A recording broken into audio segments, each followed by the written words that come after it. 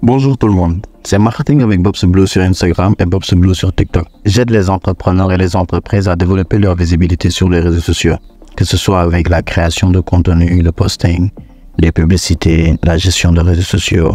Voilà, et aussi je suis coach sur Instagram et sur TikTok. Donc je vais répondre aux questions de Djibril Fall.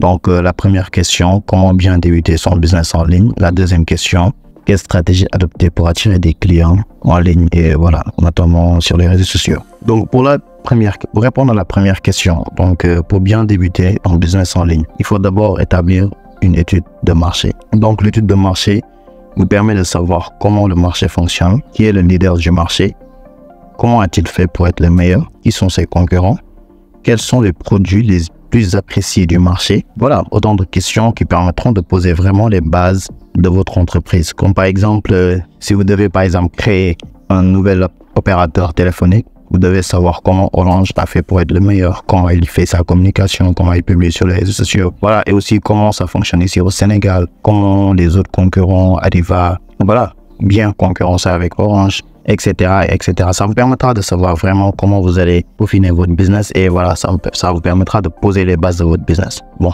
bien après ça, il faut définir les objectifs qui doivent être SMART. Donc, spécifiques, mesurables, atteignables, réalistes et aussi qui vont être réalisables dans le temps. Donc, ça signifie SMART, S-M-A-R-T. Voilà.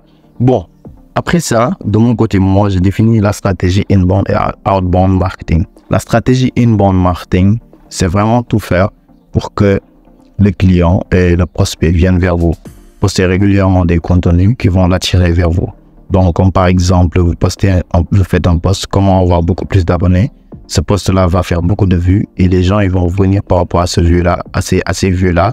Ils vont venir réagir par rapport à ce post-là et il y en aura quelques-uns qui vont vous dire que voilà, ce poste-là, c'est pas assez, j'en veux plus, je vais apprendre comment vous faites pour faire ça, voilà, je veux faire votre formation et ensuite vous proposez la formation à la personne. Donc ça, c'est une méthode pour attirer les clients vers soi.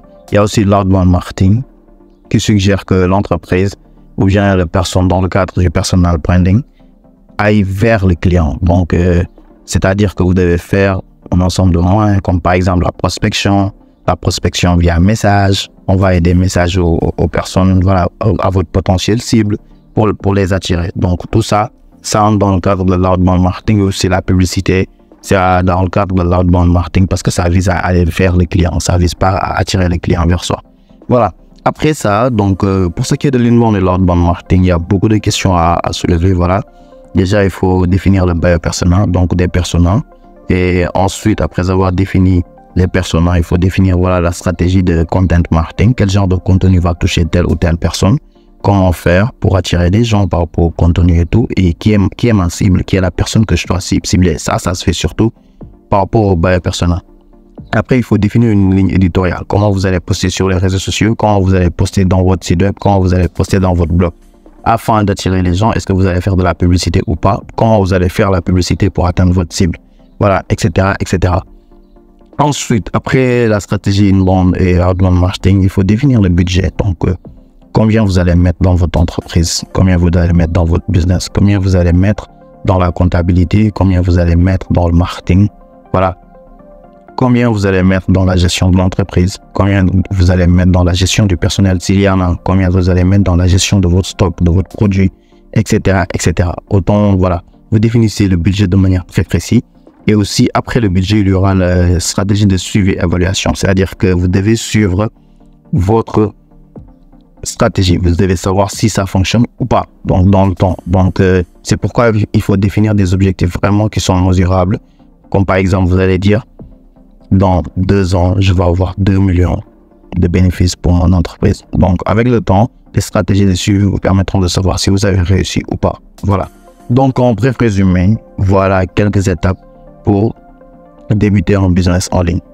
Now that you're out of my life, I'm so much better. You thought that I'd be weak without you, but I'm stronger. You thought that I'd be broke without you, but I'm richer. Thought that I'd be sad without you, I laugh harder. You thought I wouldn't grow without you, now I'm wiser. Thought that I'd be helpless without you, but I'm smarter. Thought that I'd be stressed without you, but I'm chilling. You thought I wouldn't sell without you, so 9 million. I'm a survivor, I'm not gonna give power, I'm gonna work harder.